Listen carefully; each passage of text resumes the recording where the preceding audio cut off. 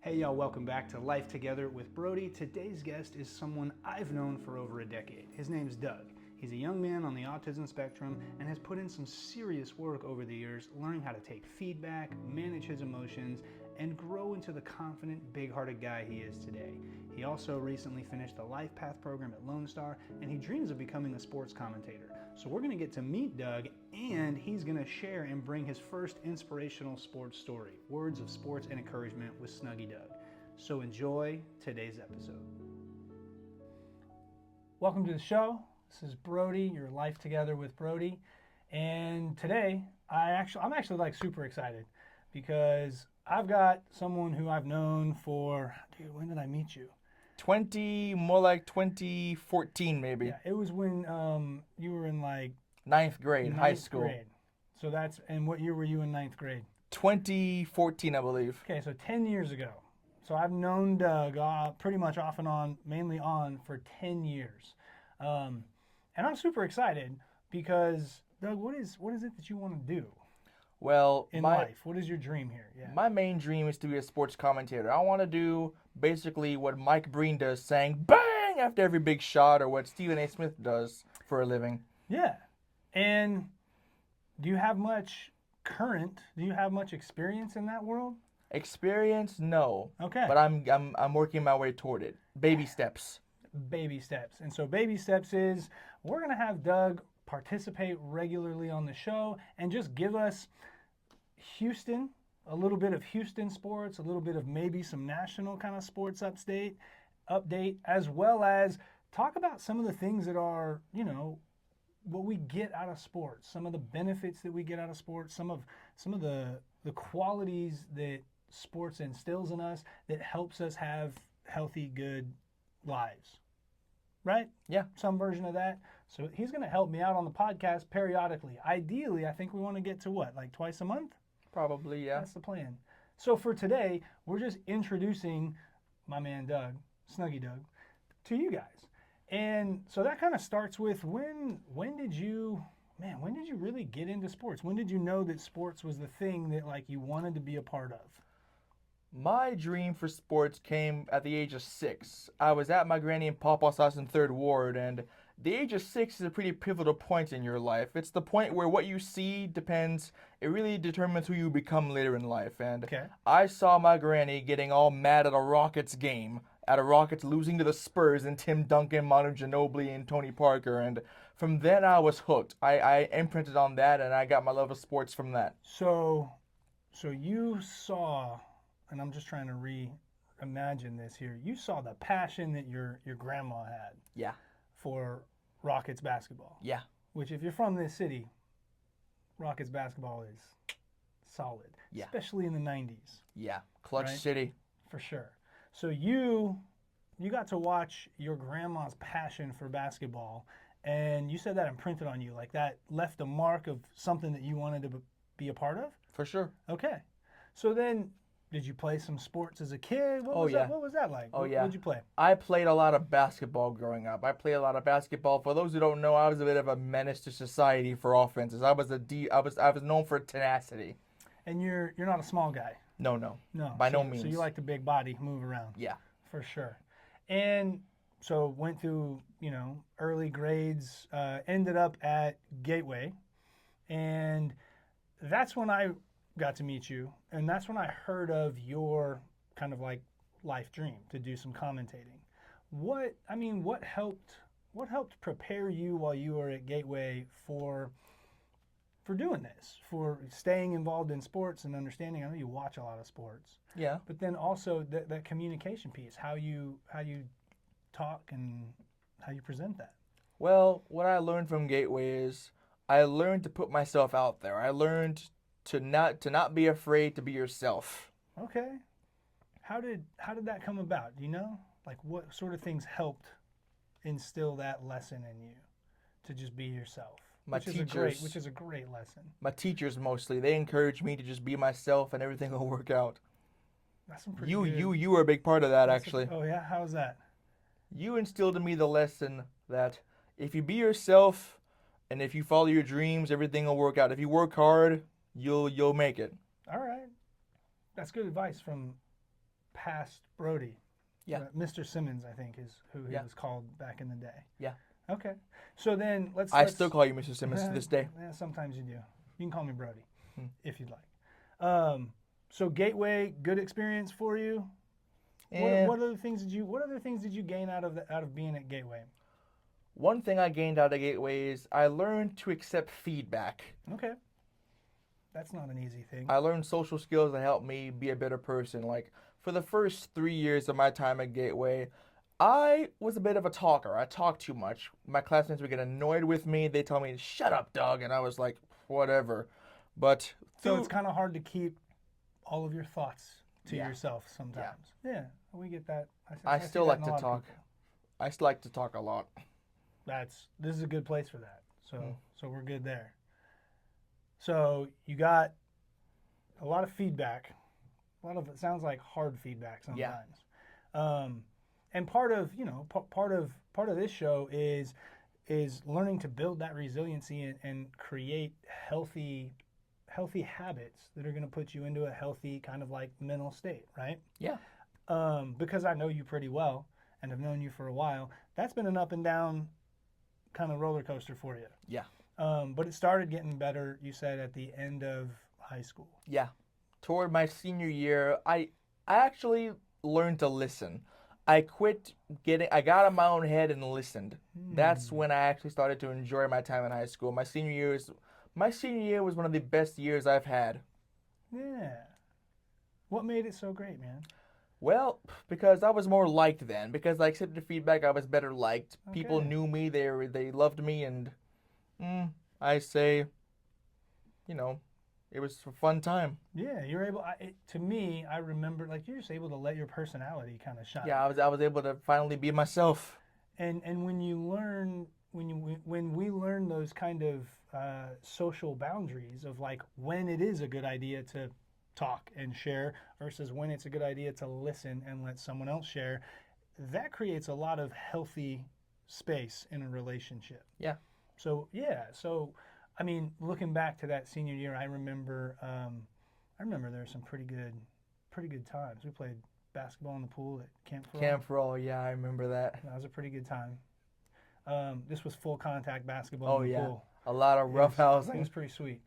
And I even think back to some of the relationships you had with the other seniors. It seemed like those went much better. Yeah. It got a lot better as time went on. I still talk to some of my friends from my graduating class to this day. That's awesome.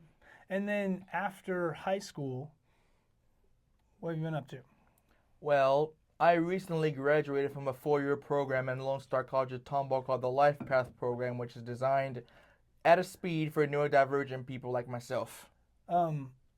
Congratulations, by the way. Thank you. And I got a few quick things to say. One, I was super proud. I got to go to your graduation. It was awesome.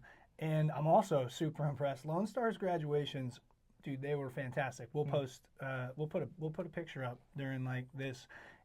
It was awesome. It was really, really cool to see the graduation and to see you graduate. What did you graduate with? What's the degrees?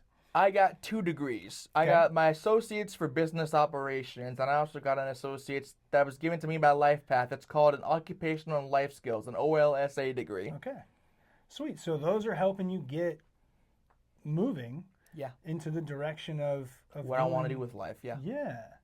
And so, man, it's been pretty cool to just sit back and watch your progression. When I first met you, man, talking about that feedback is I think really clutch. I feel like I had to repeat myself 17,000 times for you to get it, right? Yeah, probably. And now, especially in this industry, how important is it to be able to get some feedback? It is important because someone once said that smart people know nothing because they are willing to learn, they're willing to make the steps they need to be better, while dumb people know everything. They think they know everything because they're not willing to listen. Okay, so if you're not willing to listen, you're not willing to grow. Yeah. Right? I love that. And so where are you at kind of just in terms of your own like mental growth right now as you like continue to become an independent young adult? How are you doing? I'm doing good. I'm in a good place right now. Yeah, what's been like some of the other big hurdles that you've had to like work through over the last little while? The last little while, I've had to overcome some tumultuous years. The last 2 years were tough for me The because, last 2 years at Lone Star? yeah, the last 2 years Yeah, at Lone Star were tough for me because I had to go through a very tough breakup that I had to get over. which is always a tough thing. Yeah, And then on top of that, COVID wasn't great yeah. during For the Lone my Star second years. year of Life Path, I struggled with the online classes. I actually failed a couple classes because of that online COVID Yeah, period. you're not alone. I mean, COVID really disrupted learning patterns, and for me, I have an exceptionally difficult time like being at home and doing like work. Online You know, sucks. it does. So I can't even imagine being in school. I wouldn't have been able to focus on anything. I give props to anybody who can pull that off, and people who work from home. Man, you guys just have a different Hmm. approach and mindset that I'm just like, I want to build some of those skills. Um, so what helped you get through those tough years? You talked about having some tough time during COVID and failing some classes, and then hard breakups are, dude, they're Hmm. rough. So Yeah. what kind of helped propel you back to the state you're at now, back where you're in a more healthy position? Well, what got me to this point is my family, my friends. You were a part of that, so thank you for that. Always, bro. So, my family, my friends, and the thought that I'm doing the right thing. I'm telling Okay. myself that I'm doing the right thing by continuing what I'm doing. Like, yeah. How do you doing the right thing? Do you mean like for yourself? Yeah. Okay. How do you figure that out? I I don't always know what the right thing for me is. I analyze the pros and the cons of what I'm doing. I analyze my way, my options. I analyze the pros and cons. Like there are times during my last 2 years of Life Path where I felt like dropping out. I actually considered quitting. Yeah. But I remembered you're doing the right thing. Don't do this. You've come so far. Do not give up. And Yes. Mama didn't raise no quitter. No doubt, dude. Man, so like just you got to tap into that deeper desire Yeah. of what you actually really want. And I love the idea of doing a pros and cons list. Especially in the moments when like we really feel overwhelmed, if we can just pump the brakes and just go, okay, What are my what do I, options? yeah, what do I want? What's good? What's not working? That for me, that helps to like really put it plainly in front of me where I can see it, and then it's not just floating around in my mind. Yeah. And then it's a lot easier to make decisions. I also wanted to add to that I noticed you learning how to deal with uncomfortable emotions, and by like those tougher emotions, like feeling overwhelmed, feeling even sometimes defeated or beat, but not quitting and just going, some version. I don't want to talk for you. When it's me, it's like these feelings are not going to last forever, but I know that this is what I want to do, and so I just keep persevering, and then these feelings, start to go away. To quote Marcus Aurelius, mental toughness is knowing that life isn't fair, yet still playing to win. Ooh. That sticks with me to this day. Yeah, I dig that for sure. So yeah, you've certainly built some resiliency as you head into more of your adult years and the rest of your life. I like how you've tackled adversity. I love your energy, dude. I'm excited to hear more of what's going on, what's good, how Houston sports are, because really, that's what matters. I'm looking forward to talking about it. Oh man, let's hope we have some good years ahead of us, and also other things that are going good that are part of being active. I think that's another piece that we kind of talked about. Just what are the things that help keep us active, good exercise that help keep us in a good mind frame, because taking care of ourselves physically really impacts our mental health. Yeah. Anything else you want to bring up before we close out for the day? Well, I want to talk directly to you guys, the people watching this. Well, if you're anything like me, you'll know that life isn't easy. It's not easy. You will feel like giving up. You will often feel like quitting. Like these are typical things. To those of you who are going through mental struggles, those of you who are struggling mentally, if no one else is going to tell you this, then I will. You are loved. You matter. You are important. You are the most talented, most extraordinary, most extraordinary, most important person in the world. You can do anything you set your mind to. I'm sorry if you don't hear that enough. And I'm sorry if you don't hear that enough. If you don't hear it enough, put that on repeat. Dude, that was awesome. You're fantastic, man. Snuggy Doug will be here with sports and all kinds of stuff that's good, active. Thanks, man. Thanks for being on the show. You're welcome. Hey, thank you for having me. That was a freaking party, dude. That was great. That was smooth as hell. You're freaking good at this. Yeah. I'm serious. That was awesome. Okay, well, thank you, Doug, for letting us get to meet you. And now we're just going to transition over. This is kind of the intermission point of the episode. Get yourself some popcorn, take a bathroom break, do whatever you got to do, because up next is Words of Sports and Encouragement with Snuggy Doug. For those of you watching at home and around the world, if you're a fan of sports and positive vibes, you come to the right place. This is Words of Sports and Encouragement with yours truly, Snuggy Doug. Sweet, man. Welcome. So, what do you got for us today, dude? You're going to share a little bit of a story? Yeah.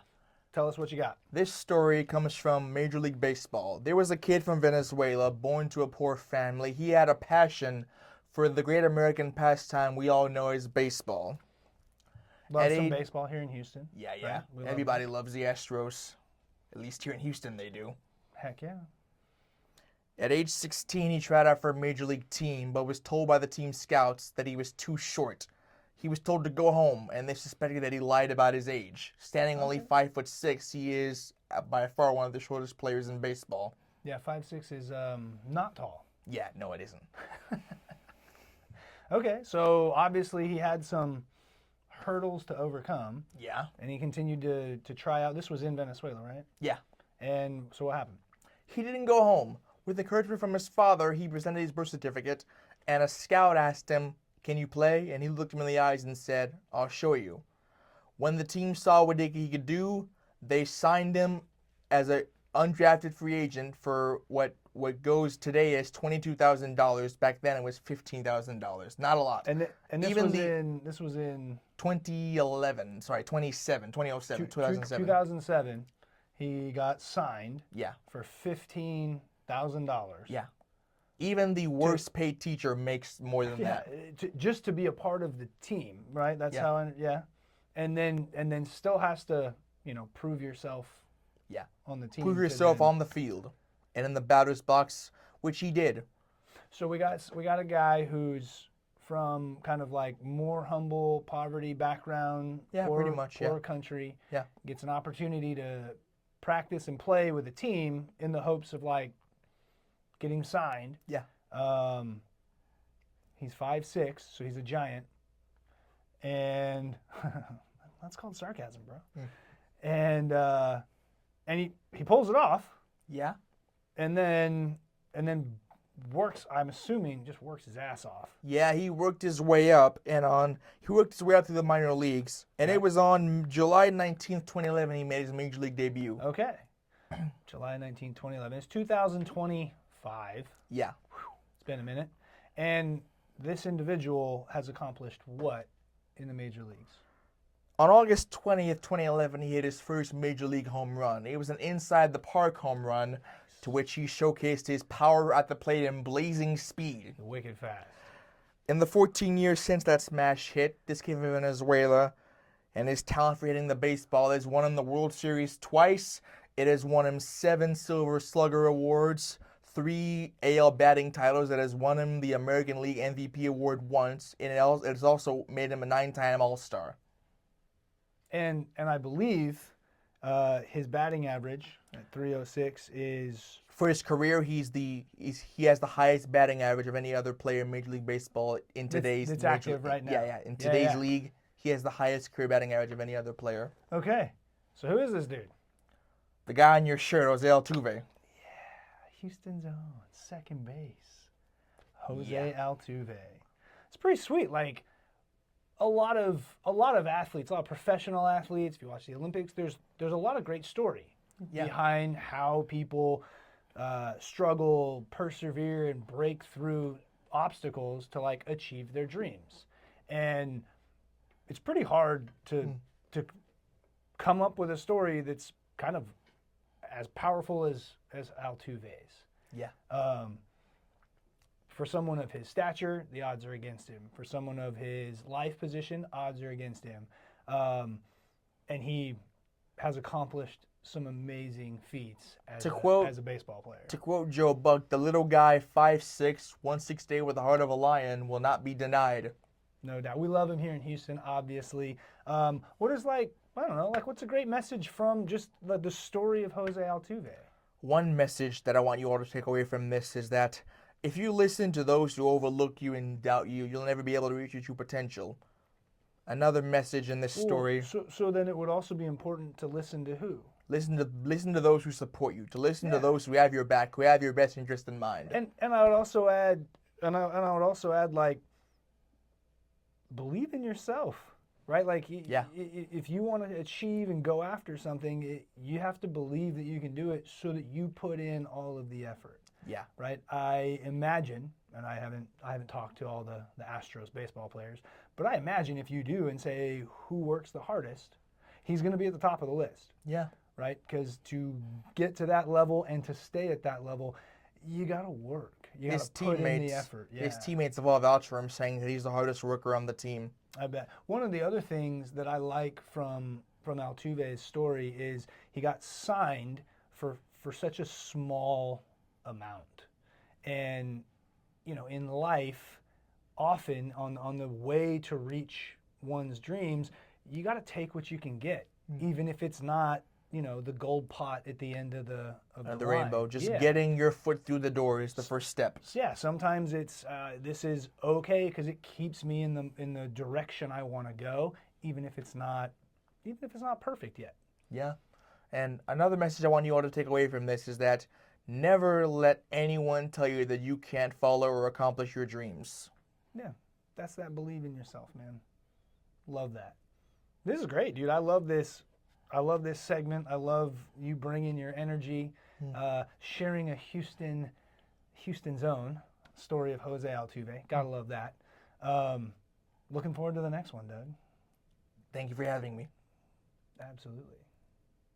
So that's it for today. Thank you for doing some life together with Brodie and my man Doug. I hope you enjoyed words of sports and encouragement with Snuggy Doug. He'll be back again to do another segment here in the next little bit. As always, like, follow, subscribe at Life Together with Brodie, and have a lovely day. And as Doug, of course, reminds us, you are loved. So make sure you give yourself some powerful love and extend that to others. Thanks again for doing life together.